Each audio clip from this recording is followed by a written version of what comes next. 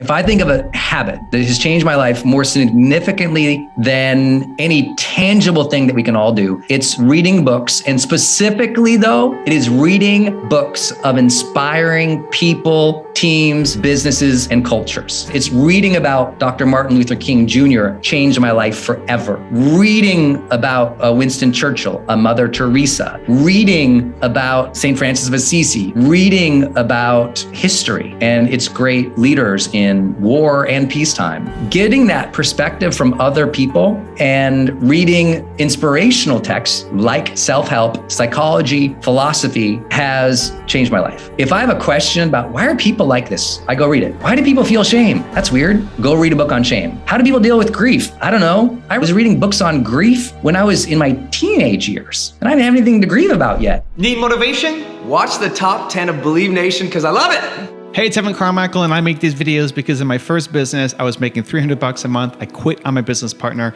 and the thing that saved me was studying the stories of super successful entrepreneurs. So I hope that this story today helps give you the motivation you need because I still need it too myself. So today, let's learn from one of the best, Brendon Burchard, and my take on his top 10 rules of success. Enjoy. I was always curious about the human condition and inspiring people. I loved reading about Dale Carnegie's books on how to win friends and influence people. I am a result of the personal development, self-help, psychology, book industries. I mean, I would go to bookstores and I would stand in that self-improvement or that psychology or philosophy aisle for hours reading those books and getting those books. I would go to libraries for hours. I spent so much time in my teens, 20s and 30s reading. It led to the ability to have the perspective to coach people the way that I'm able to coach people. People from all walks of life, different cultures, different backgrounds, I can understand or at least in some way empathize with their history, their experiences. Even if I haven't had their lived experiences, I've read enough about history or culture to understand the people that I'm trying to serve. And most importantly, human nature, not just that culture, that background, that ethnicity, but rather human nature. And it's given me the ability, you can give me any topic in human nature and say, Brendon, I want you to do a 5-hour class on this. And I'm like, when you want to start, 20 minutes? I'm good to go. And some of you have seen it on stage before. I'll go 9 hours without any notes at all because I've made this my life study. Rule number 2 is commit to something big. I don't think I'm ready for this. If you ever hear that in your brain, stop that. That is fear, that is insecurity, that is doubt, and you are above that. You are above that. You have passed that. You've gone so far beyond that. And you went beyond that years ago if you recognize your truth and your strength. Because to be here, you went beyond that years ago, but you haven't stepped fully into it.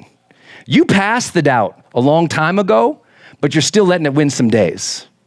You passed the parts of you that says, let's go slow here. Let's be cautious here because, someone might make fun of me or it might not turn out well. Listen, you have so much ability to pivot like this. So why not go for big things? If you can, in a modern era, if we can pivot this fast because of technology, tools, teams, outsourcing, Fiverr, because we have all these things, you can pivot literally on the daily. So why not commit to something big and go for it?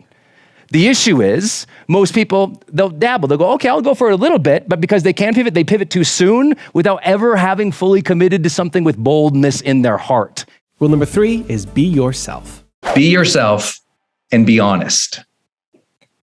These are life-changing habits because we spend so much of our time trying to conform to the world, and in doing so, lying about what we really think, feel, need, and desire. That's where most people spend their lives. Believe it or not, most people, and this sounds really judgmental, but I just work with so many people around the world in their personal development. It is so clear that a monumental breakthrough for you will come when you can be yourself, which requires you to accept yourself, honor yourself, see yourself, express yourself, love yourself, like actually develop the esteem that allows you authentic expression.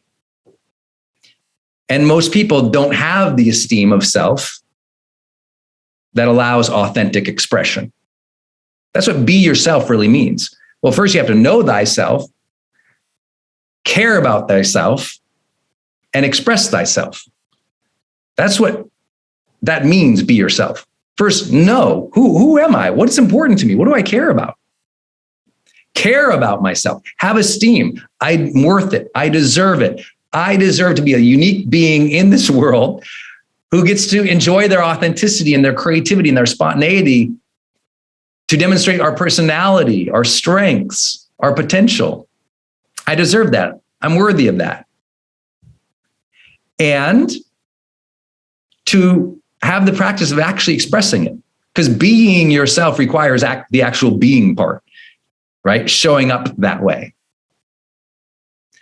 But being yourself there's always a divider line there of also being honest.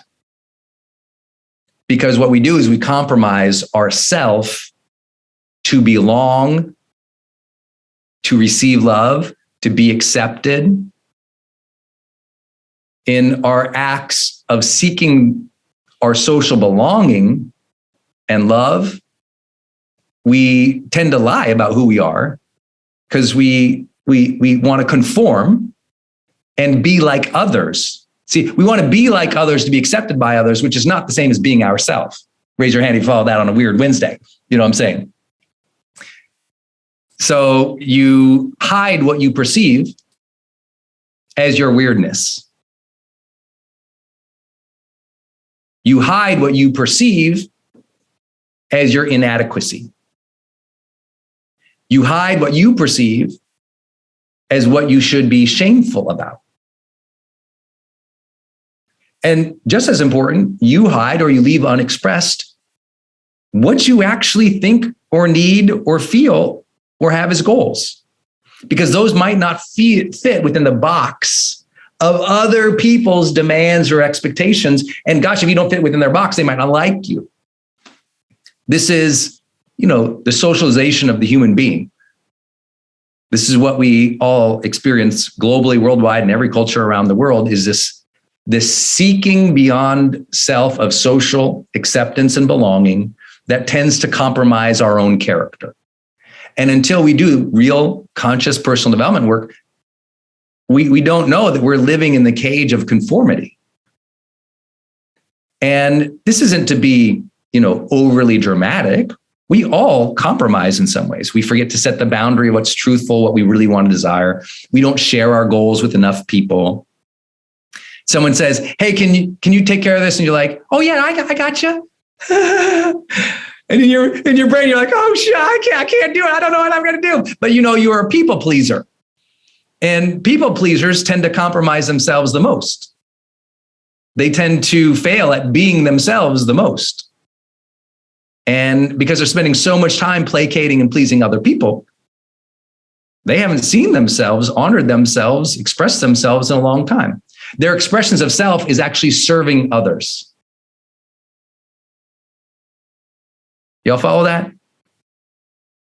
Their expression of self is actually serving the needs of others, which is different than expressing yourself. It's two very different things. Moms, you need time for you to do you, not just be servant to the family.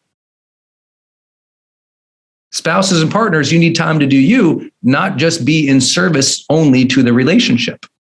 Leaders and companies, you need time to do you, not just be in meeting after meeting after meeting, helping everybody else out.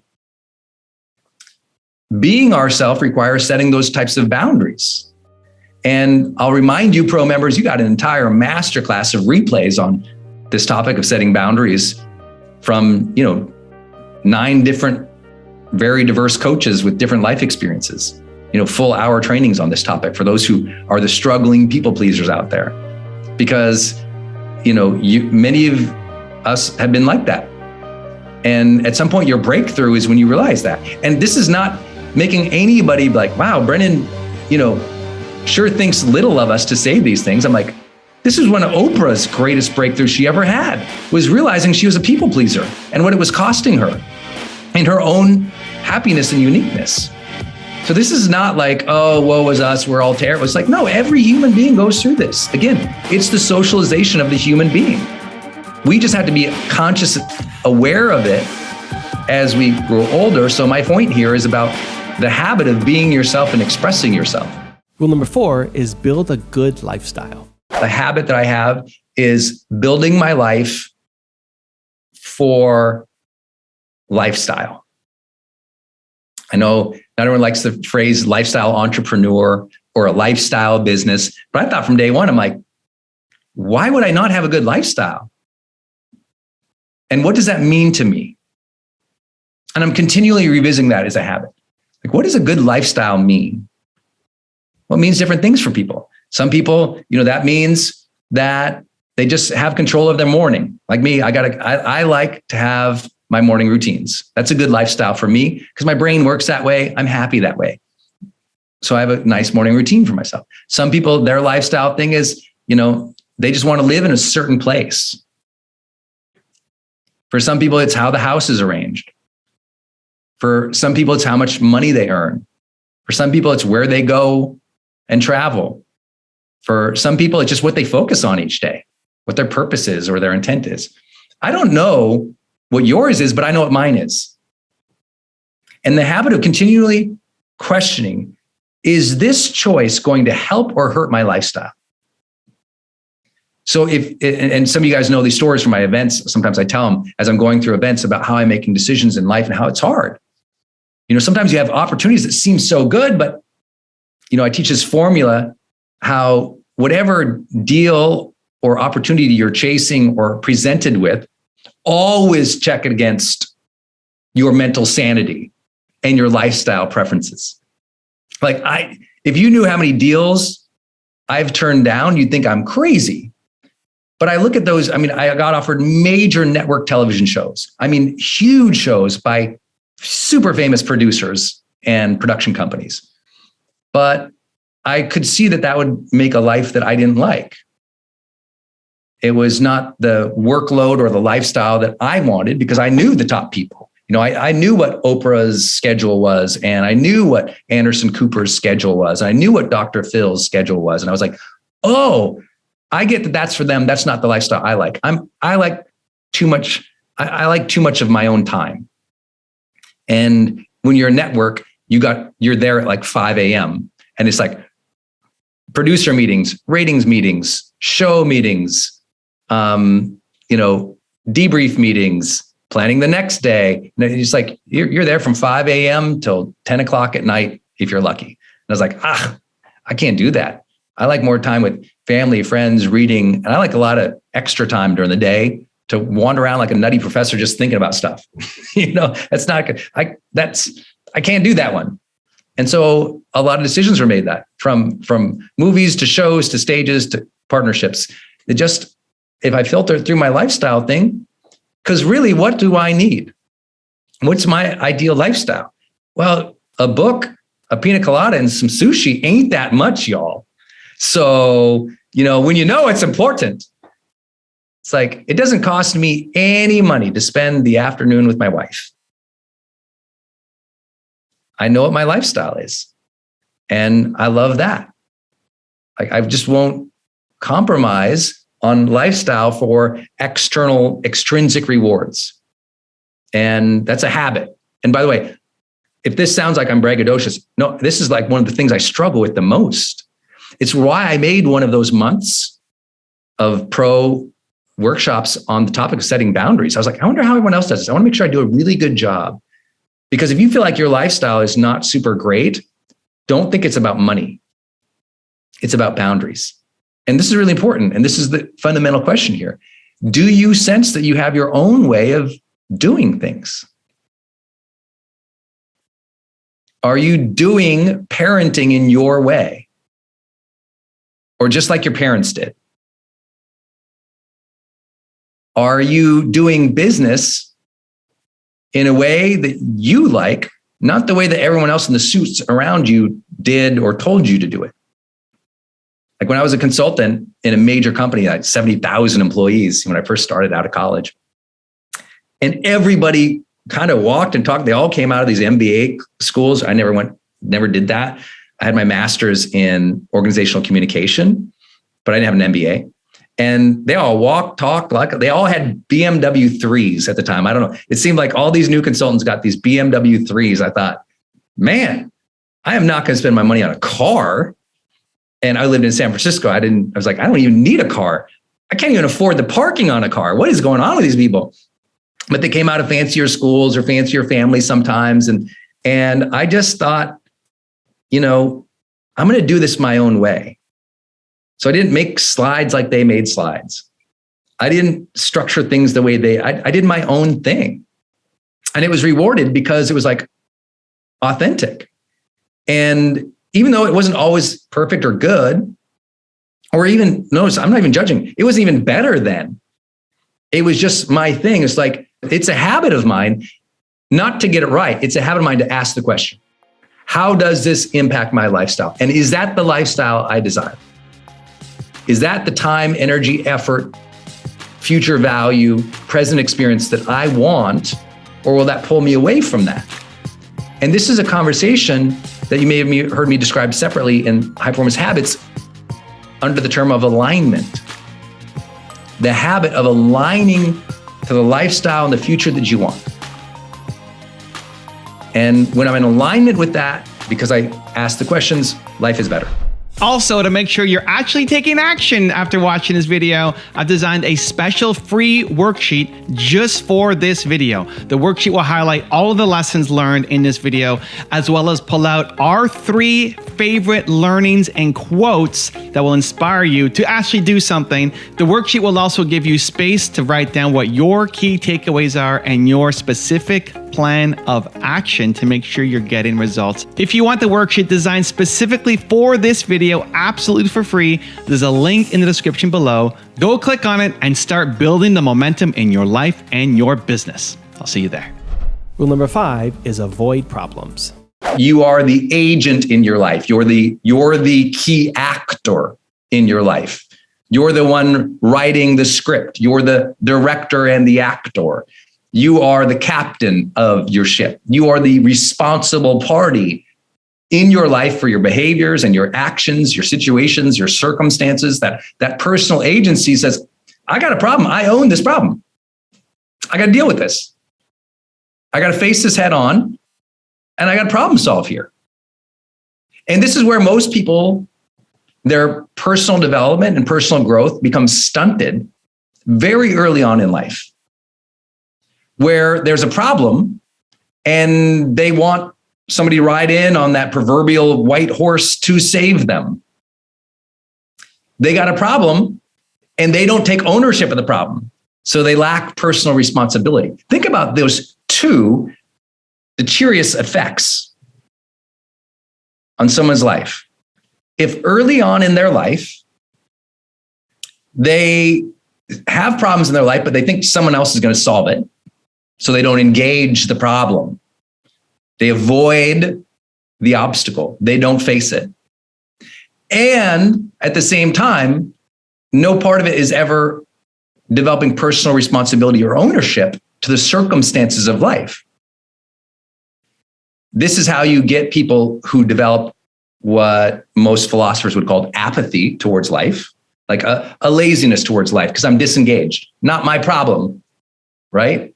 But also lack that personal agency and responsibility that's so critical to psychological health. And where the opposite is victimhood. So imagine a disengaged habit and a victim mindset versus do-it-yourself personal ownership and solution mindset. And so that was a habit that changed my life. A habit of seeing a problem and going, I'm going to problem solve that. And a habit of saying, okay, that's on me. And that came from my mom. Just seeing her do stuff that she didn't know how to do, but she's like, hey, there's a problem. These 2 boys in this basement, they are fighting all the friggin' time. We have one bathroom on the main floor for 4 people. This is not going so well. We got to figure this out. We got kids in school and work. We need another bathroom down here. And we don't have the money to hire someone to do it. So instead, I'm going to go get these books from the library, figure out how to do it myself, and go scrap together the materials and resources. I'm going to figure out how to do this. All throughout my life, I saw my parents do that in every possible imaginable way. And I know many of you had role models like that too. And if you didn't have a role model like that too, be that for someone. Be that for somebody. Rule number 6 is be courageous. To me, civil leadership is speaking up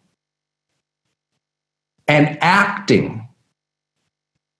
Speaking up and acting for the safety, rights, opportunities, equality, and freedoms of our fellow humans,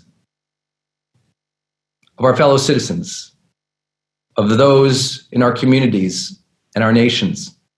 Speaking up and acting, 2 things, right? Activating voice and taking actions. Holy wow, is that scary right now? Who's found that scary, knowing what to say or how to support each other? You know? Who's had to make the decisions of, do you go and protest, and do you let your kids go protest? Who's had to make the decisions of, do I respond to this post I feel so infuriated by? Do I support this, or can I do enough? Who's wondered if you've done enough? I've spent 20 years in this. I'm wondering if I do enough.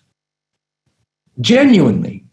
And so I want to let you know, I understand that it's hard, but civil leadership is speaking up and it is taking action. And I'm specific about what I mean when I say that. Safety, rights, opportunities, equality, freedom. Safety, rights, opportunities, equality, and freedoms. That's what we're ultimately after when we use the phrase civil leadership. I'm not here to say everyone's after that, but you have to understand that is happening in the world right now. And whether you participate or you don't, we need to understand what is happening so that we can either be good contributors or learn something about ourselves, because we need guidance through all of this. And you can guide yourself and you can guide your family and your community members through this if you choose to. And my job as a coach, I'm always going to push you towards courage. I want to frame this right off the bat today. My job as your coach, I'm always going to push you towards courage. I'm not going to get all the words right. I might not stand for what you stand for. I might not include everything under the sun as a comprehensive analysis in a 90-minute session here today, or 2-hour session. But I, as a coach, I'm always going to push you towards courage, whatever that means for you. I'm going to push you outside that comfort zone to confront your biases, to confront the things that hold you back, to confront things that contribute to systematic problems, to confront your own behavior that's hurting your ability to have abundance or joy or connection with others. So I'm going to let you know right off the bat, as we jump into civil leadership, I'll have that conversation about courage with you. Rule number 7 is don't chase perfection. The worst thing a parent can ever do is to believe that their kids expect perfection from them. What your kids expect is engagement, not perfection. What they're inspired by is engagement, not perfection. We're the ones telling ourselves stories that the kids need to see us perfect. And when I deal with this, and I deal with this a lot in high performance coaching, I get an executive who's got a new parent, who's a new parent at the same time, and she's judging herself because she's so busy and she's not being a great parent. She thinks I should be perfect. I'm like, how old is your toddler? Oh, so-and-so months, or, in 1 year, 2, 3, or whatever. I say, oh, okay. I say, so you think that you need to be perfect for this little animal that is pooping itself all day long. Now, where did that come from? You think you have to be perfect? That is not what that little being is expecting of you. you got to rewire yourself, because you're going to develop so much self-hatred for not being perfect that it will stunt you and it will stunt your child's growth. Engage, do your best, have a good attitude, and don't worry about the outcome being perfect, but get in there. And so I think it's important for us to realize, is there any problem in your life that you've just been not looking at and avoiding? Rule number 8 is visualize your life. Visualization. Visualization. I don't know when it started. I don't have a tremendous amount of memory. Some of you know, before high school and middle school, my accident when I was 19 years old really scrambled my brains. So some of you can remember a lot in high school and middle school and elementary. I'm one of those people, tremendous trouble accessing a lot of that, and just from a brain injury. And so I don't remember where it started, but I do remember at that time, somewhere in there, I would just lay in bed and visualize things. I'd see things. I'd think about going to school that day, and I would visualize things that would happen at school.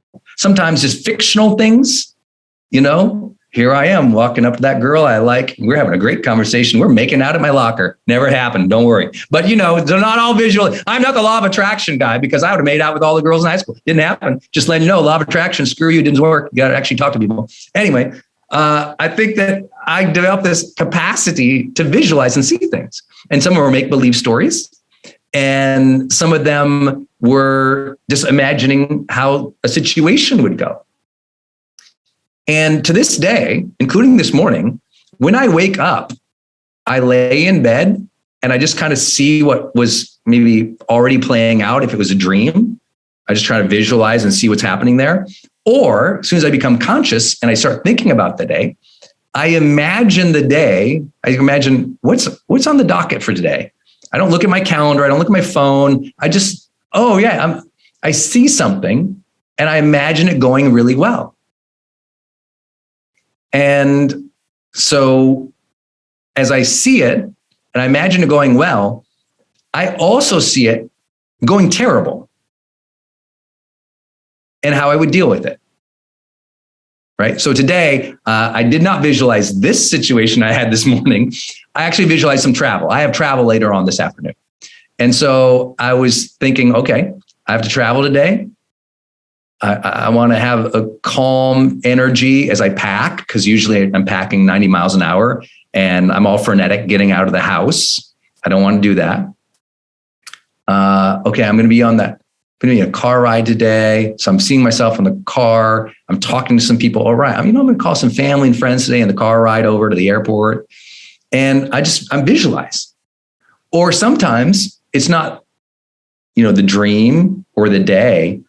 I've been stewing on a big goal or dream, something big upcoming. Maybe it's a huge stadium speech, or maybe I'm going to talk with this particular, influencer in the world who I want to have a positive impact with. And I'll visualize that going well and not well. It's like if I was visualizing a marathon, I would visualize all the training up to it. I'd visualize that first starting kickoff point. I'd visualize mile 12 when my legs feel like they're going to fall off. I'd visualize watching people pass me and how I would feel about that and what I would tell myself in a positive way to keep running. I would visualize myself then finally hitting the finish line, celebrating it with it, going out that night, doing the ice bath, and waking up the next day feeling fulfilled. The whole life cycle of visualization is a habit for me. It changed my life. Don't visualize the win, visualize the whole life cycle of the activity. Pre, during, post. That's what most people miss in their visualizations. Most people don't actually visualize. They think about something briefly. Visualization is taking the time to think about an activity, a goal, or a dream, and walking it through in your mind, beginning to end. Not just the celebrations and good stuff, the hard stuff, what you'll tell yourself to survive, to thrive, to keep going on. Some people often hear the term visualization and they think that's not me. I don't visualize. And it's like, I don't care if you see it or not. I wish we had a different name for it. We call it imagination. It's a mental process of thinking through an activity, goal, or dream, pre, during, and post. The whole life cycle. All I want you to do, don't worry about if you can see everything perfectly. Like, learn to teach yourself to see things more visually, but don't think that is a component or a requirement of visualization. Let's just step back from it has to be insanely visual, because people, it's not very visual for me. That's fine. I want you to think through it. Let your brain do what it does. Whatever think through it means to you, I'm using the same language for visualization. Rule number 9 is honor thyself. If we can keep honoring as the baseline, honoring the process, honoring the struggle, honoring our emotions, honoring other people as they cope with difficulties too, oh my gosh, it gets so much easier. There's so much less pain. So much less pain. We stop fighting what is, and we start asking how we can engage it with integrity and kindness and peace in an honoring way. You know, for those of you who've ever been with people who are dying, or those of you, I know we have a lot of, professionals here. We have a lot of doctors and nurses and first line caregivers. They would all tell you that a person in the hospital just wants to be honored. They want their feelings to be honored. They want their pain to be heard. They want their experience to be recognized. They want to be seen and heard, just like all of us. All of us want to be seen and heard and validated and recognized and appreciated and respected in life. In other words, honored. When I say I see you, I understand you're going through a hard time, and I don't label you. I'm giving honor to you. When you see, hear, recognize, appreciate, love, adore other people, when you show kindness and patience to other people, that's what I mean by honoring. That's what I mean. Everyone wants to be honored, seen, heard, felt, respected, validated, appreciated, loved, adored, recognized. That's a sense of I'm honored as a human being here. That's what we all want. That's what we want. And so let's recognize that in ourselves and other people. And rule number 10, the last one before some very special bonus clips, is determine your values. If we don't get shared values, we don't get changed behavior. Dang. So why is this important now? I would love for you to figure out, what are your values that you're going to communicate thematically? And what are your values that you're going to maintain when you got to defend yourself? And I mean that, let's take that in both, macro and micro. Macro, the whole, I want you to think about this. The values in defending yourself. Historically, take Martin Luther King versus an early Malcolm X. For those who've studied that history, very different approaches, right? After equality, after justice, different approach, different value, different policy, if you will. Well, you metaphorically need to be aware of that in your own life, because you might have to defend yourself physically at some time in your life. You're going to have to defend yourself socially at some point. You're going to have to debate other people when you want to cause change. So in your debates, in your conversations, what are the values that are going to guide your communication style? What are the values that are going to guide your communication style? I'll give you some of mine. My values that guide all my communication style and all of my leadership work. Number 1 is humility. I always begin with, I don't know everything. I'll share with you where I have some expertise, but I am open, I am learning, I am actively working on these things. Humility is important. Number 2, inclusiveness and collaboration. You work with me, you talk with me, we communicate. I want to get it. I want to understand. I want people involved. I love the brainstorm. I love understanding. And think about just how those two things might shape when someone attacks me on social media, how I might approach that. If I didn't, and I wasn't aware of those, what would I do? I'd have a knee-jerk reaction. That doesn't support anybody. Now we're just causing more fights. I don't think we need that. So I hope this helps. Please remember, anytime you have a frustration or a conflict or an argument with another person, please remember you are dealing with a trauma survivor. Please remember you are living with a trauma survivor. Please remember you are working with trauma survivors.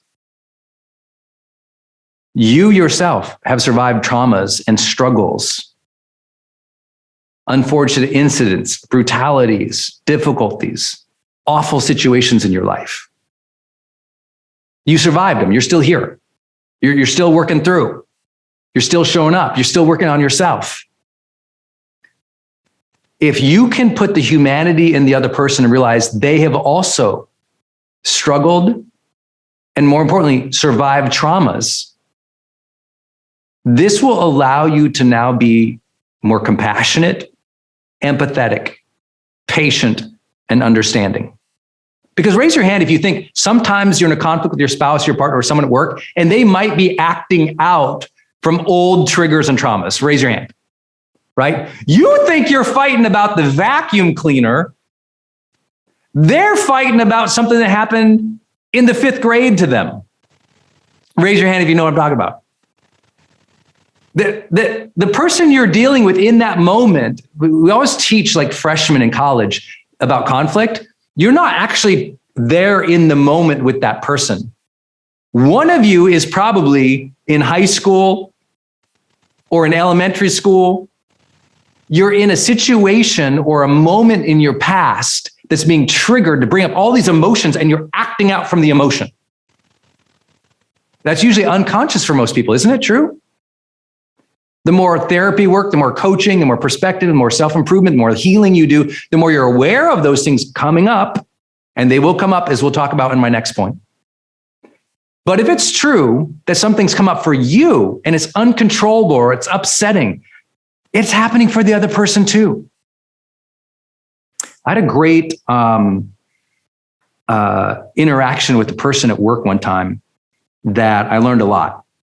I was very much, I know this is really hard to understand, but I was productivity Brendon. You know, I was like, man, I was getting stuff done. It's hard to keep up with me. I'm like, I schedule it, I show up, I deliver it. I schedule it, I show up, I deliver it. And I do it with a positive mindset, and I'm going to make it happen. Like that was really, really strong in who I was in my 20s, right? And I remember having this conversation, and well, there's no better way to say it. I was a kind of a condescending jerk to somebody at work. I was not nice to this person at work. Early 20s, probably, just starting my career in consulting. And a partner at the company saw the interaction, and she pulled me aside. And she asked a question that changed my life. She said, Brendon, if you knew that person was dying, how would you have handled that situation? And I was like, whoa.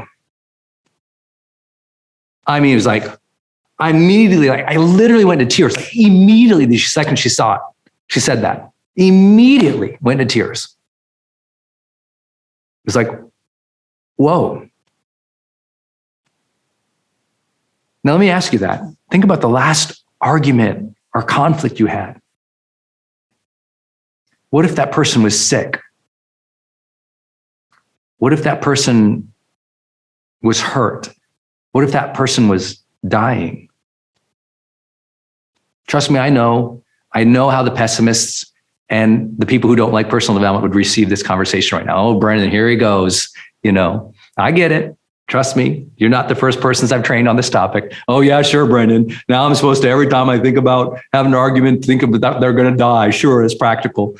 Maybe it's not practical, but maybe it's spiritual. And I say that because there's not a single person you're talking to who isn't dying. Not a one. You won't meet a person your entire life who isn't dying. That's what we call in our work mortality motivation. When we can see humans as mortal, when we can realize it's a short stint for all of us on this planet, everything can shift a little bit. There is a evolutionary and a biological reason that you feel the way that you do, right? It's very important to understand in both, I really believe, mental health and physical health, it is that kind of 50-50 kind of thing. And when we blend it together, by the way. But there's no question that some people biologically feel more fatigued or more depressed or more anxious. We have to understand that you and me are not the same biologically in how our energy might be. And I hope that that always introduces empathy and compassion, that there's a big luck card that we get. I have friends literally who are born without limbs. I have friends who are born with conditions in which their brain functions in very unhealthy ways. I have friends who've died so early of cancer.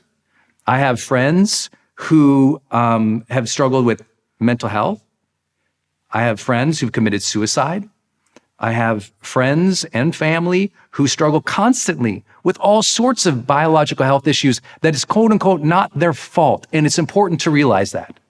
Some of you feel terrible biologically, even though you're drinking all your water, you're eating all your greens, you do move and you do exercise.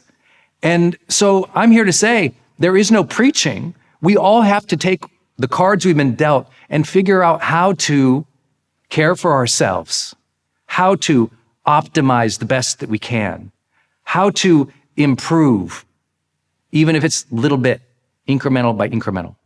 But it starts with a biological understanding of where we are at. And this is why, again, as a person who's not a medical professional, I'm like, listen, if you don't understand closely how you feel and why you feel the way that you do, please, please, please, if you've never done it, go get a full workup of every friggin' health test you can. As an adult, as somebody who's accountable for your health, go get the blood tests. Go see the nutritionists or the dietitians. Go work out with the trainer. Go literally do all the genetic testing that you can do to understand what's up with you. I always tell the story of a friend of mine who was one of my partners in one of my businesses, one of my best friends in the world, who discovered at the age of 40 that, every morning he always had the sniffles and his nose was running and he's clearing his throat and everything. And found at the age of 40 that he was allergic to eggs. At the age of 40. Didn't know, spent 40 years having these reactions that made him fatigued and blowing his nose and everything because he was allergic to eggs. And I think that's a sad thing about our society is that we're not taught or trained or honestly empowered or equipped or served with some simple health support when we're young that says, hey, look, seems like you're allergic to this thing. Don't eat it. I mean, how is that not part of our educational process, right? Or healthcare system that, of course, we would all find out very early on and be tested multiple stages of our life, including every new decade. What are we allergic to? What preconditions might we have? What's our genetic makeup leading us towards? So this is where I say health is luck, right? Health might be luck, but it's your job to be aware. Your job, no one else's. No one's going to come and save you here. You've got to do the testing and see the medical professionals and dietitians and people who can help you optimize and care for your body. I believe that has to be something we demand of ourselves. It's not served to us, at least not in the society I live in. So we have to take accountability for that. So health is luck, ... Part of purpose is sensing a mission larger than yourself. Most people confuse that with a large achievement. But what it was meant to be back in the day in these conversations was it meant you can see beyond yourself. I can see the suffering of others and want to be of service to them. I can see the suffering of others and want to be of service to them. Where that means your angry child, or that means the neighbor who's struggling, or your friend who just lost her husband. It means I can see beyond myself, my immediate selfish, impulsive needs, and I can be with someone. I can sit with someone. I can listen to somebody. I can empathize with somebody. Too often we think of service as like donation. You know, did I donate to this cause? And by the way, please donate to whatever cause that you get behind. But there's different ways to provide service outside of just money. And the biggest part of humanity is learning to sit with people and be with them in their times of need, to let them know you see them and you hear them and you're curious about their story and you want good for them in their lives. Not your way, not imposing your values, not pushing the answer, but literally just honoring them as a human being. To sustain motivation, you have to do two things you probably already know. First, you have to focus. Now, before you turn off the video or go to the next one, listen to this. A lot of people have that initial desire, but they don't look at their goals every single day. They don't revisit every single, let's say, Sunday and say, how did I do this week? How did I do in my health? In my relationships, in my career? How did I do with my finances? How did I do with any other goals that I set up? You have to have that daily discipline to look and focus on what you're doing, and that weekly review. You also have to have the ability to avoid distractions. One of the reasons people love my book, The Motivation Manifesto, is this teaches you how to set boundaries, how to say no, how to push away distraction to own your life again. But here's the deal.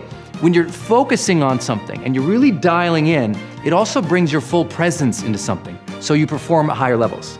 The second thing you need, outside of focus, is sustained motivation, is everyday effort. It's the reason you have to set up habits. It's the reason you have to have a daily routine, a morning routine. It's the reason you have to make sure you have a checklist of to-dos each day. I know that sounds so basic, but here's the funny thing. A lot of people think they'll have motivation one day, then they'll put the effort out. It's like motivation first, they think, then effort comes. The motivation inspires the effort, right? It's actually the opposite in the science of motivation. It's with daily effort that motivation comes. I like to tell people this: with momentum comes more motivation. Don't wait for the motivation to go out and take action. Actually, take action first, because just a little bit of progress, a few quick wins, drops dopamine into the brain. We start feeling good and rewarded for our behavior, and suddenly we find ourselves more motivation. So here's the thing. Set 3 goals each day. Knock off each of those 3 goals. If you just did that each and every single day, you'd start feeling more personal power and you start getting ahead. You have to learn to practice presence. Practice presence. Being here, fully, in the moment, alive, vibrant, or at least attentive, right? Snapping your brain out of that reactive, like, go with the flow mode, to no, and being here. That oldest advice in all of personal development about presence and awareness, about being with the flow, about being in the moment. Every spiritual tradition has taught it as being central to human happiness and connection. This has been stolen from us because of this. I really believe, I'm stunned when I hang out with people that they can't be present for 3 minutes without wanting to scroll through something. I mean, they can't be, even 4 or 5 minutes, they can't do it anymore because they have trained themselves with millions of swipes to be not present. And I believe that meaning and fulfillment, they become too fleeting when we haven't learned to be really present. And I think that's important.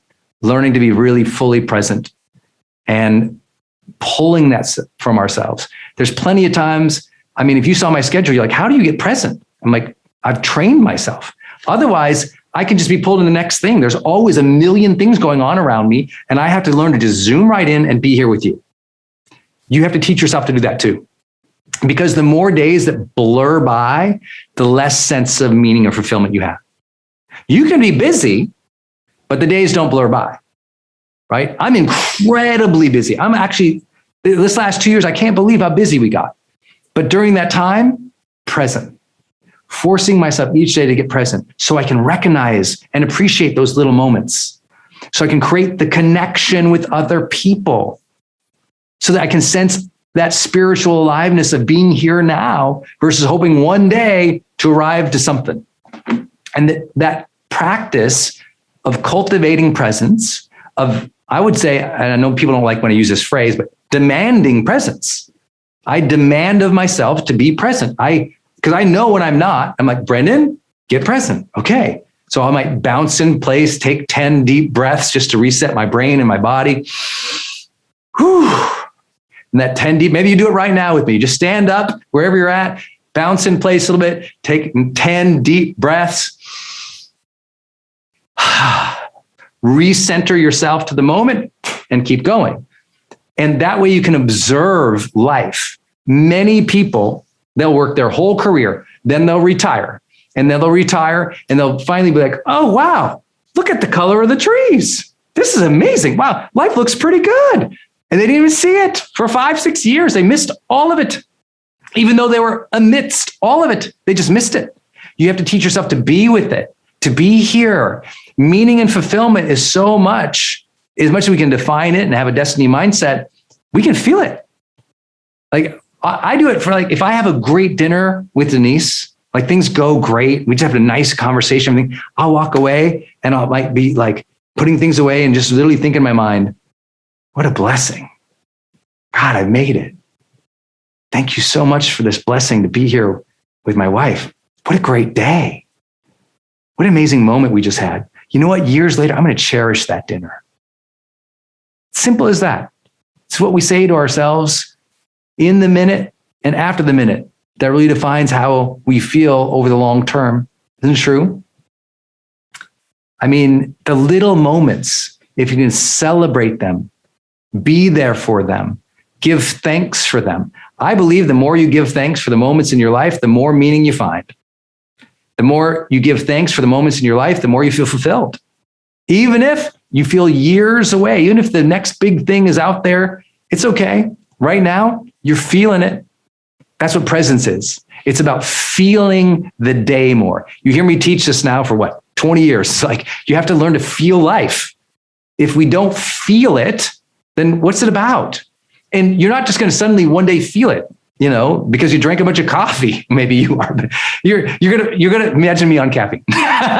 One day you're going to teach yourself to feel the day and feel the moments more. You're going to observe more. You're going to breathe more. You're going to have more intention. And as you learn to feel the day, when someone says, hey, do you feel fulfilled about your life? You're like, I do. Because you are filling life with presence. When you fill life with presence, you feel fulfilled. It takes an active participation on your point. You're not just going to show up one day and feel fulfilled. You have to fill the day with those senses of gratitude and meaning and really, I would say, connection. If you don't do that, I promise the days just blur by. And the more they blur by, the more you just stack on everybody else's reactions, needs, desires, drives, distractions, their meaning. And one day you show up and you're really just a bag of everyone else's intentions and needs and drives and labels and meanings. And in that place, you're not autonomous. In that place, you don't get to experience that individual sense of meaning and fulfillment we've talked about from the very beginning because you didn't take the time to define it consistently enough. I recommend to everyone get a coach at some point, because you need someone to have that sounding board who asks you next time where you're at in your development or in your progress, or where you're stunted, or whether you're crushing it, and helps you tease out those lessons so that you stay motivated and clear about the next steps. And that's why I think it's so powerful. Often the biggest shifts in our life happen when we're accountable. Sometimes it happens when you work with a coach, or some of you become a coach. I've never been more accountable for my life, or had so many other people become so accountable for their life when they became a coach. Because once you're a coach, you're accountable to help someone grow, and that instantly raises up your awareness. Just like many of you, when you get a teenager and you start talking to your teenager about health or mindset, and you realize you're a little off, it makes you more accountable, because as soon as you teach it, you're even more accountable to live up to it. Remember that congruence thing? It's a beautiful thing. The best I ever became in my life is once I became a coach. Because once I was a coach, it's like, oh, level up your identity, Brendon. You got to follow through on these things. You have to be congruent on them too. Woo! You can't go out on the stage all the time tired, like, come on, everybody. It's like, I had to learn to take care of my health, that I could literally manage a 38-foot, stage with thousands of people. And for multiple days, it was like running a marathon every single day. I had to be accountable to that audience because I was teaching it. And it was like, oh, soon as you put yourself in a role of a leader, a coach, a mentor, a role model, a caregiver, soon as you're in that space, you gain positional accountability. You realize, oh, I better walk this talk, because if I don't walk this talk, not only will they notice, I will start to dislike myself. I share that. I rarely share one of the big gates that happened for me after my car accident. It wasn't just the car accident that made me want to live, love, and matter. It was after the car accident, I had to sit with the reality that I had built a life I didn't intend to. I had set in motion that relationship. That wasn't the right relationship. I chose the wrong person, despite some red flags. I allowed abusive language to happen in a relationship. I allowed, I'd say, resentment to carry on. I had done some things, and I had experienced some things that I didn't like, and I could accept them. They did. But now I was accountable for building that next relationship that had to be better. I had to make that next relationship better. It was on me. I was the captain of the ship, the director of the destiny. I was the director behind the movie set, watching that character evolve. I was choosing the next act. That's accountability.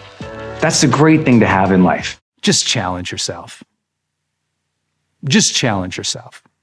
Challenge yourself at the gym next time.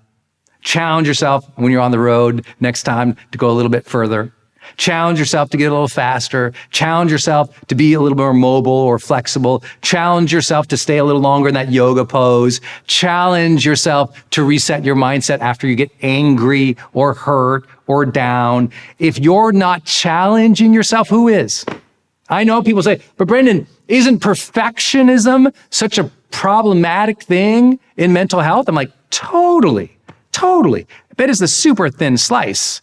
The reality is, perfectionism isn't the problem. The problem is people think they should be perfect. But perfecting ourselves, growing into our full potential, expecting a lot of ourselves, that can be done in healthy ways, especially when you consider all the things we've talked about today. It's okay to challenge yourself again. Last time you might have challenged yourself, maybe you got down on yourself. This time, as you challenge yourself, allow the grace. Do it with social accountability. Have an energetic vision. Recalibrate. Find what feels good for you and stick to that. You can figure out a way to feel better. You can figure out a way to get healthier. It's going to be on your own path, in your own way. No one can tell you all the right ways to do that. You'll probably need support. You'll probably take months and months and months and years to figure it out. And often you'll fall off the wagon. You'll do a terrible thing. You'll make a bad choice, but you'll recalibrate and you'll keep getting better, because you and I both know that every day is a great day to grow. I want to thank you all for this incredible session today on health. I hope you enjoyed it. I hope you'll share it with family and friends. If it supported you, just go tell people what we're doing here at Growth Day. Like, holy, they're having an entire month of conversations about health, about mental health, emotional health, physical health, right here in Growth Day. We'll be live every single week with you guys, as always, on our Wednesday Wisdoms. So tune back in, watch the replays, make a commitment, journal today about your energy vision. Please do that. Please stay on path. Please take care of yourself. Please be kind to yourself. Please practice self-respect and self-love. You deserve a vibrant and energetic life. Do your work to move towards that, to align with that, to honor that impulse. And know that you don't have to do it alone. We're all doing it together. We're all figuring it out together. We're all on this journey together. That's why we always say every day is a great day to grow together. Integration. What does that mean? I was talking about this with so many friends who have had so many wins, right? Successes, and they don't feel like a success yet. So good things have happened to themselves, but they haven't integrated that they are good, right? It's that person who never feels satisfied, who always feels a lack, who never feels high self-worth. Why? Because even though the good things are happening, even though they've made things happen, they've never put their hand on their heart and integrated the good things into their identity. So everything else just bounces off. That if we want meaning and fulfillment to happen in our lives, when meaningful things happen, we have to integrate them into our life. We have to say, that was meaningful. And you almost have to pull it right into your body, in your mind, in your heart. You have to say, I felt that. It's like I was recently at a wedding, and it was funny to see how different people participate and see and experience weddings. To me, it's just like, I'm taking so much of it in. And I wouldn't say because I'm an empath in any way. It's just because I go, you know what?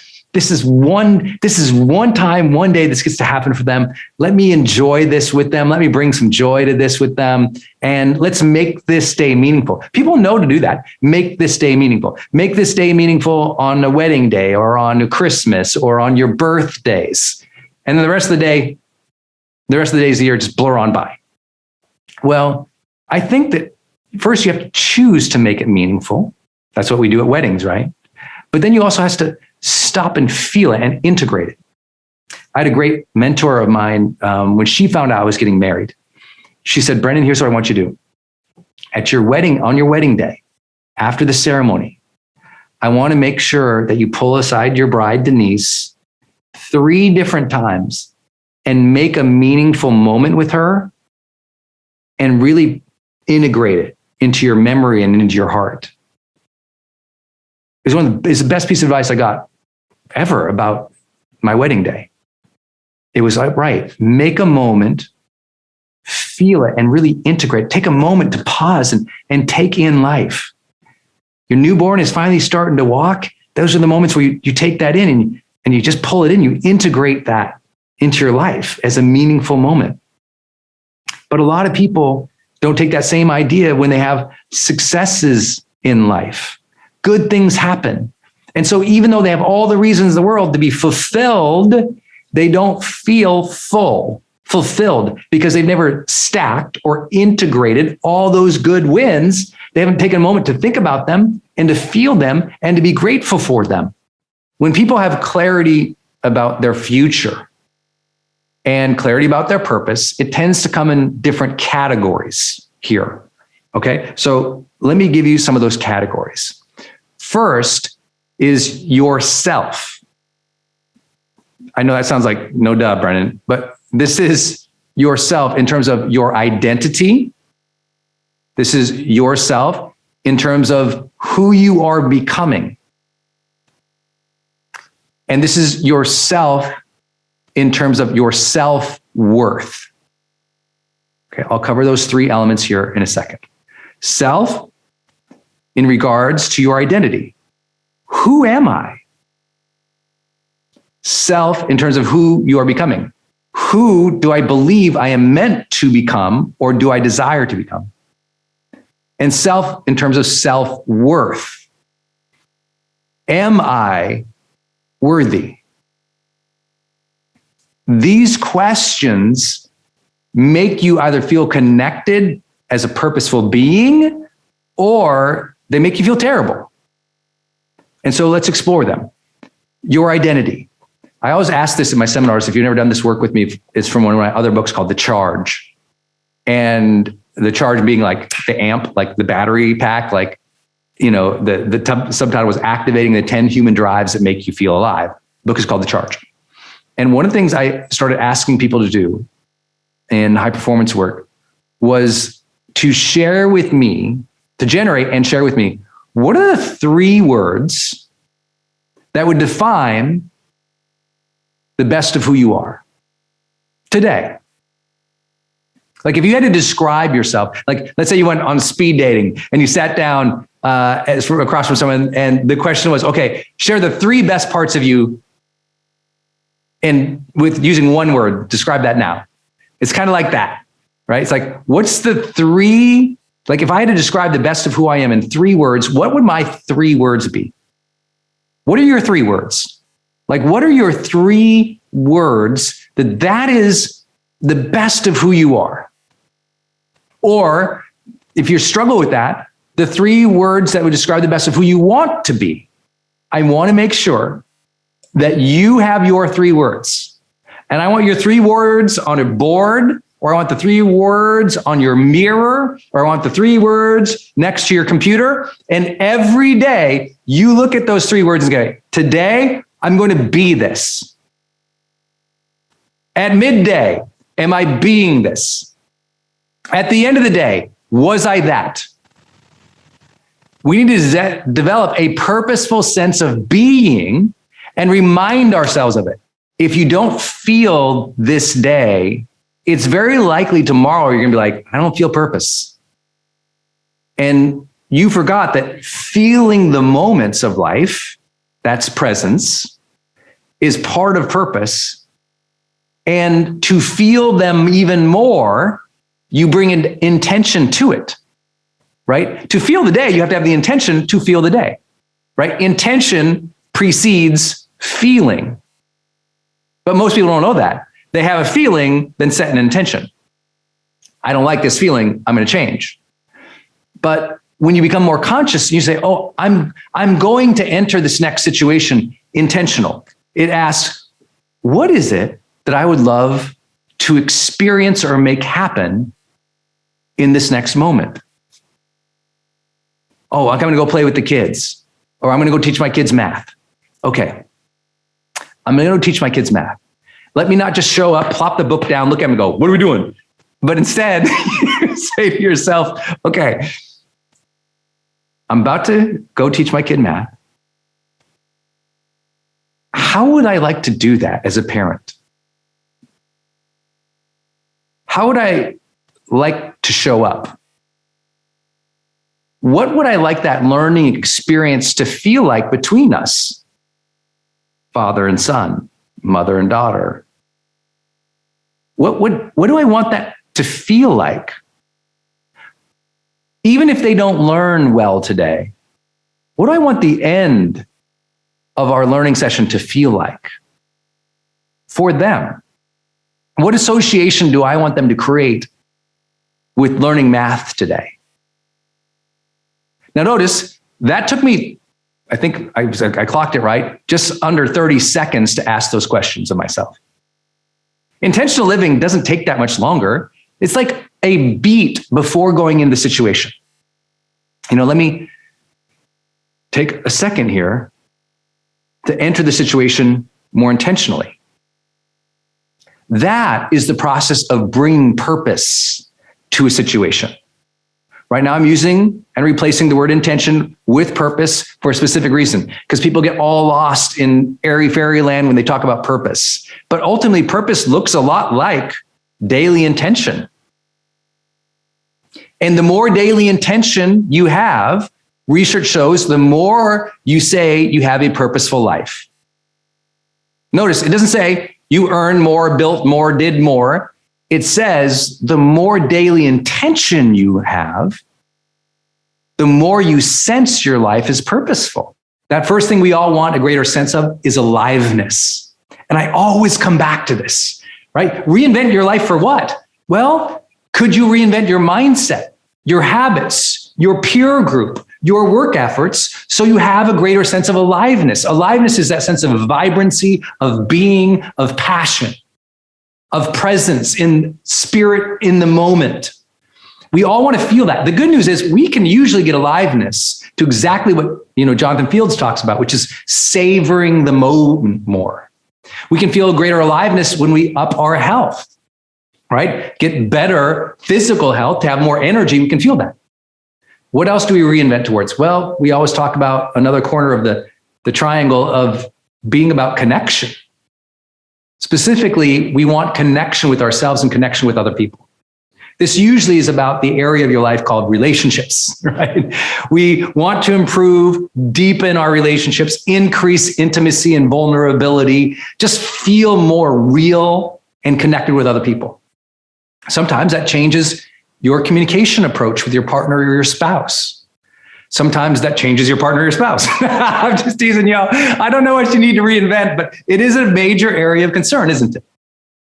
Another major part of that triangle is meaningful pursuits, right? A sense of fulfillment or meaning in the act of progressing in our lives or creating in lives or leading in lives or building in our lives. That we want meaning and fulfillment, but specifically we want meaningful pursuits. Because some people have meaningful pursuit. They actually have a lot of meaning in their life, but they're not happy. Meaning does not always equal happiness. It always throws people off. They're like, Brendon, I have all the reasons in the world to be happy.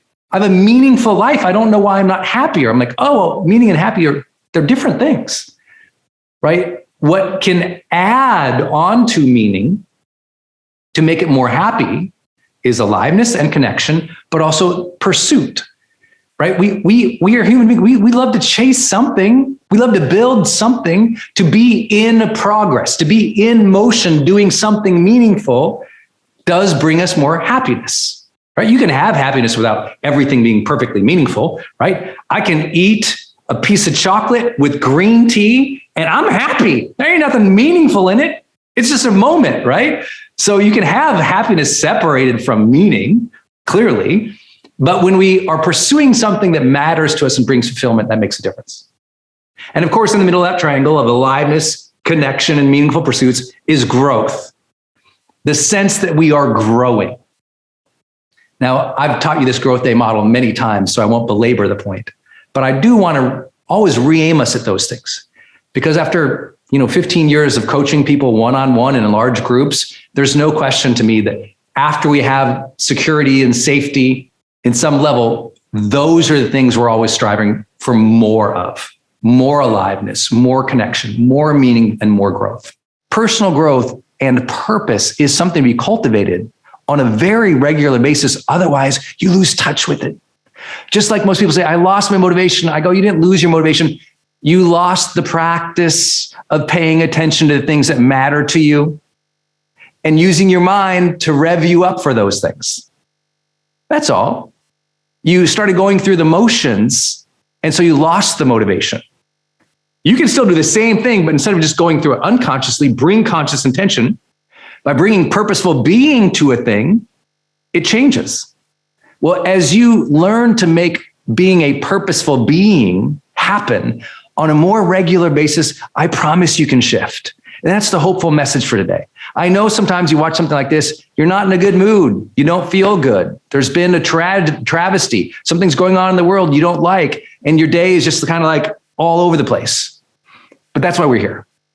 It's like constantly doing the work. I would love for you to all type this in either your journal or the chat or the comments right now. I love constantly doing the work. Actually, write it down. I love constantly doing work. You have to teach yourself. I love constantly doing the work. I get in an argument with my wife. I'm like, ooh, I love constantly doing the work. Like, you have to keep generating the ambition and the engagement and enjoyment of doing the personal development work. I walk out of a conflict or an argument with somebody and I have to go recenter myself. I'm like, okay, Brendon, Chance to learn, buddy. What do you got to learn?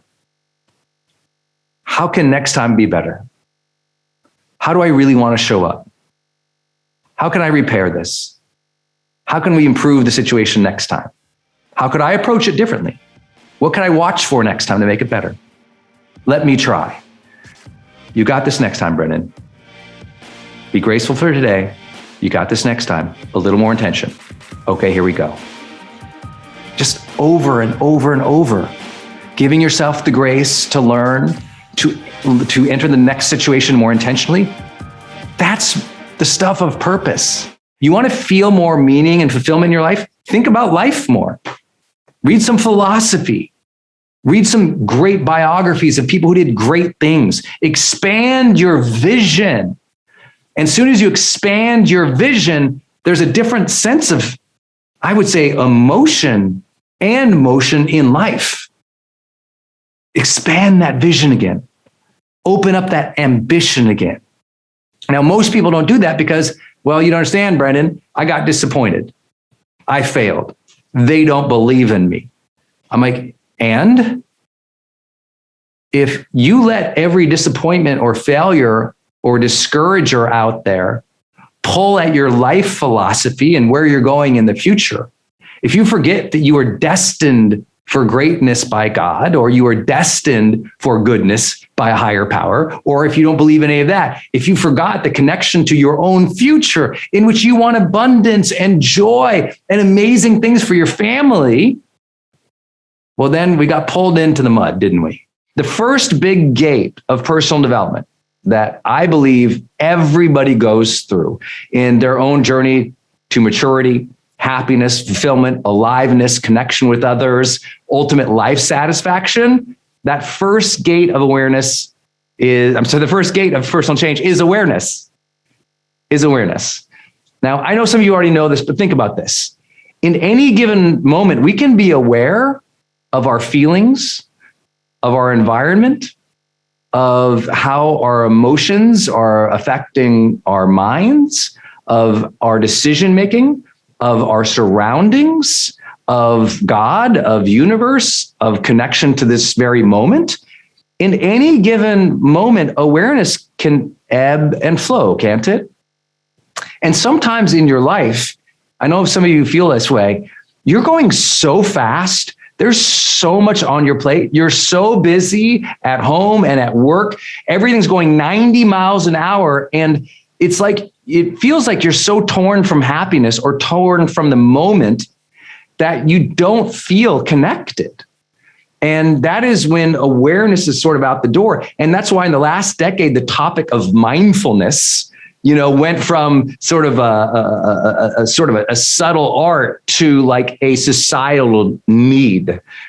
And as all of the research has been showing in the mindfulness research of how that can make us feel more grateful, happy, appreciative, loving, connected, and kind, and resilient, it's become more and more clear that people get this.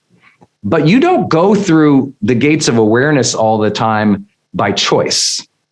Sometimes it's pushed upon you. I know many of you have had that story, just like I have in the past, where you weren't ready for change. You might have been resistant to change. Does anyone have any family members, team members, people in your life who are resistant to change? It's just like you're around people and you're like, why won't my husband change? Or why won't my child want to be better? Or why won't my kid do better in high school? Or why? It's like we all know somebody who just doesn't ever shift into that. And what you need to know, I'm going to make you sort of a casual coach today, or an influencer or a leader today. We'll use all that under the term of influence today. If you want to influence others, you have to understand they're not going to start taking action to change until they've gone through the gate of awareness. And sometimes that gate of awareness, you can inspire it, you can role model it, and sometimes life just has to happen for them. We all know people like that. It's not a judgment. Sometimes you can't be responsible for everybody else in their lives. You got to let life be their educator. If you think about maybe the 3 biggest times of your life that you changed, like those big, what they often call in psychology, those inflection points, or those critical incidences. what were the 3 times when just major shift happened in your life?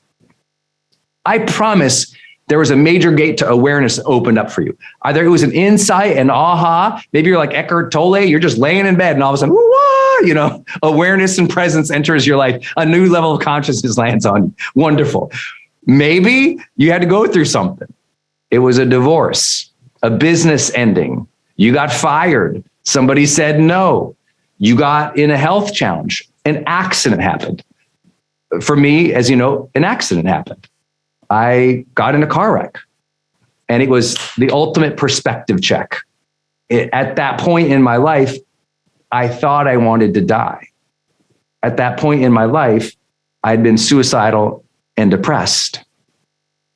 At that point in my life, I didn't see that my life could ever be abundant or happy or loving. I didn't get it. And then that car accident, bam. And that was like a knock on the head, literally, that opened up my eyes and made me realize, oh, I don't want to die. I want to live. I just don't know how. And that was my awareness. It was, I want to live. I don't know how, but I've got this second chance. And I understand I want to live. I understand I want to love. I understand I want to matter, but I don't know how. And that began a lifelong journey in personal development, and then psychology, and then philosophy, and then neuroscience, and then high performance studies to try and just understand, how do people change? Well, maybe as you're listening to, what were those 3 big things for you? Maybe it was a health thing. Something happened with your family. Maybe that was when you went off to school, or when you had the birth of your first child, or something happened and it shifted you into another level of awareness that said, I want to improve. I want to get better. I want to be healthier. I want to be happier. And if you haven't had that yet, then let me knock on the door a little bit and say, hey, this is a great time to gain some greater self-awareness.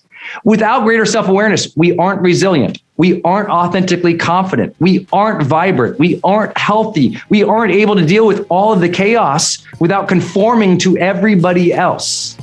The moment we lack self-awareness is when the impulse to conform to everybody else enters. The moment we lack self-awareness, we don't know how to ask for what we need in an argument with our partner or spouse. The moment we lack self-awareness, we make a bad decision that we knew wasn't right for us. It's always the first thing, awareness. Would you go to, one of your random neighbor's house? Would you go there and, pull up with a big dump truck of garbage and shovels and just go start shoveling in and breaking their windows and vandalizing their house? Of course, everyone says, well, no, I wouldn't, unless you hate your neighbor. But most people don't know, what are you talking about, Brendon? Would I vandalize my neighbor's house and throw garbage in? Of course I wouldn't. And yet, we vandalize the very temple that we have been given. We throw garbage in the very temple that we have been given. And what I found through years of studying psychology, but also actually doing the academic research and also doing the field testing with all our millions of high performance clients over the years, is as one's self-respect and self-worth go up, their health habits improve. In fact, often when their health habits improve, their self-respect goes up. I really believe it is a perpetual evergreen loop. Someone with greater self-respect and self-love, of course they want to care for their temple because they care for their life. They care for their energetic force. They see themselves as stewards of the temple or stewards of the energy or the spark inside. They care for their energy levels because they care for themselves. And I've been there. So if you think I'm preaching here, for those who don't know my story, when I was 19 years old, I had suicidal ideation and planning. I'd had a huge breakup in my life. I did not have the emotional tools needed to deal with that situation in my life. And so I fell into a deep pattern of self-hatred and stopped taking care of myself entirely. I mean, entirely. Not eating, not showering, not, doing anything. And so I understand that path. I've been down that path. I've coached through that path. And I have to share with you that we have to be attentive to the deep correlation between how we care about ourselves and think of ourselves and our self-worth and our health practices. It's really vital. It's very important. If you're not taking care of yourself, there's an emotional reason and an identity reason. Something about yourself that you are blocked by, upset about, angry about, sometimes disgusted about, or there's that self-hatred. And so I'm here to tell you that is one reason, especially in the world of mental health, I'm always like, see a therapist. If your health practices have sucked for 2 decades, if your health practice has sucked for a decade, don't blame it on your sweet tooth. Go see a therapist. Get some emotional support to understand what's the underlying thing happening here that I'm not taking care of myself. So I begin our health conversation by recommending therapy if you have not been practicing health habits well, especially over a period of time. There's sometimes trauma there. There's sometimes negative self-talk there. There's sometimes patterns that are hard to break without a professional assisting you. And so I'm always that person who's like, hey, I'm gonna tell you to optimize. I'm gonna challenge you. I'm also gonna say, if you've really struggled with this for a long time, get some help, babe. Sometimes you need that. And so please hear that respectfully from me, because I care about your health. Our social realm is incredibly purposeful. Most importantly is this, and you all know this as strivers here in Growth Day, but I think this is so critical. You got to be around purposeful people. You got to be around purposeful people.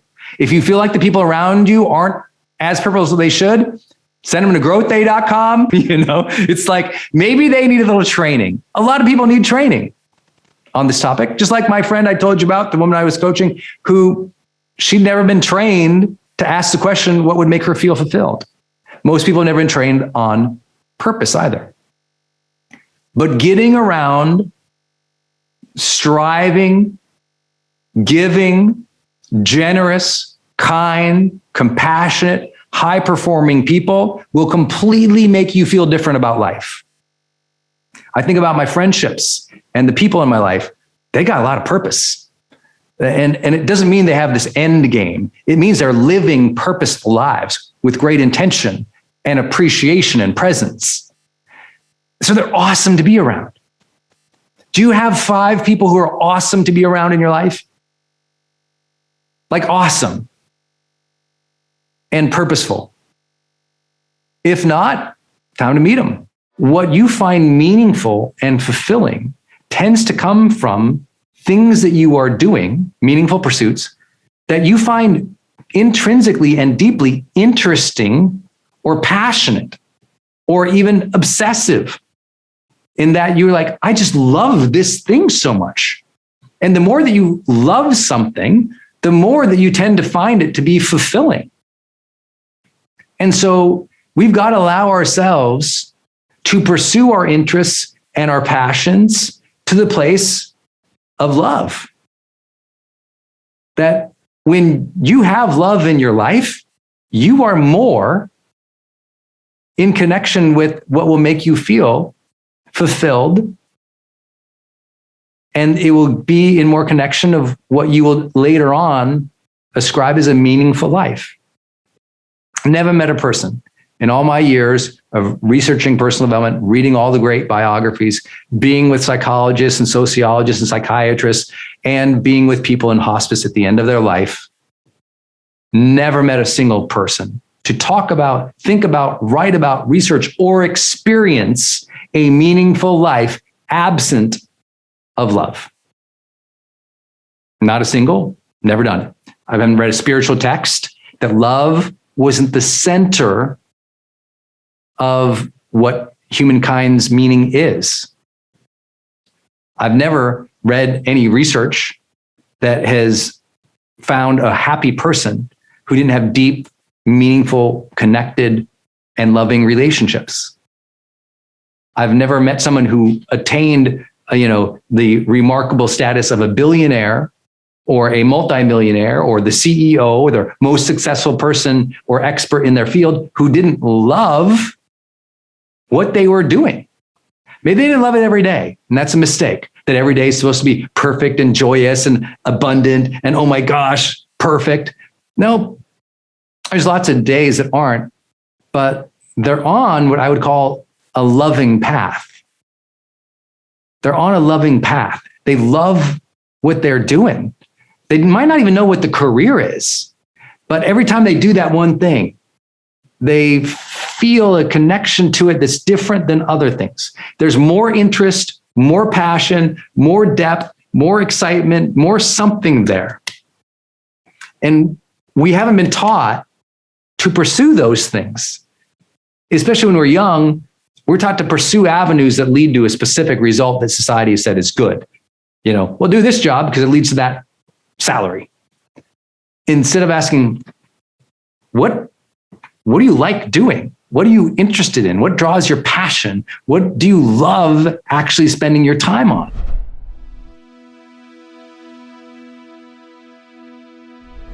Because you made it this far in a video, I want to celebrate you. Most people start and don't finish. Most people never actually follow through. Most people say they want something, but they don't ever do the work to actually get it. But you are different.